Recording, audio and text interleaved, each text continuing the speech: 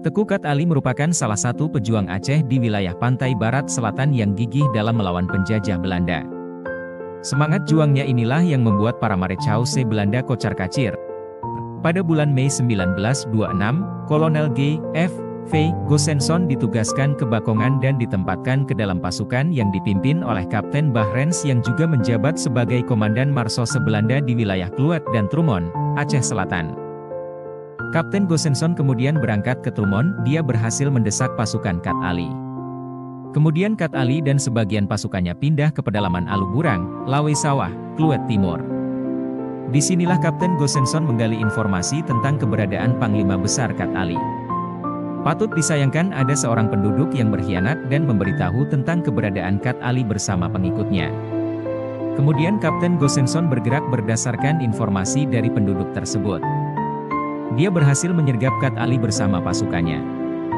Dari penyergapan ini pasukan Kapten Gosenson berhasil menewaskan 6 orang, 2 diantaranya adalah wanita.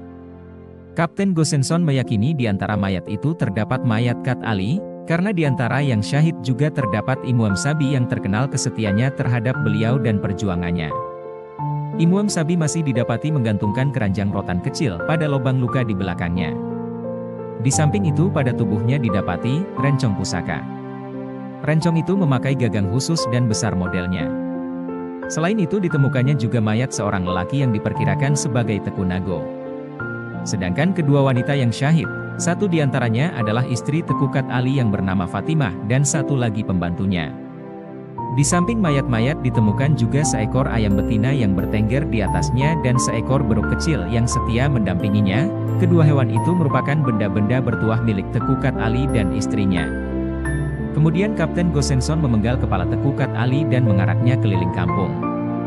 Selanjutnya kepala Teku Kat Ali dimakamkan di tepi sungai kandang desa Suak Bakong, sedangkan tubuhnya dimakamkan langsung di Aluburang, Lawe Sawah, Kluet Timur. Ini sesuai dengan keyakinan orang Aceh terhadap seorang yang syahid.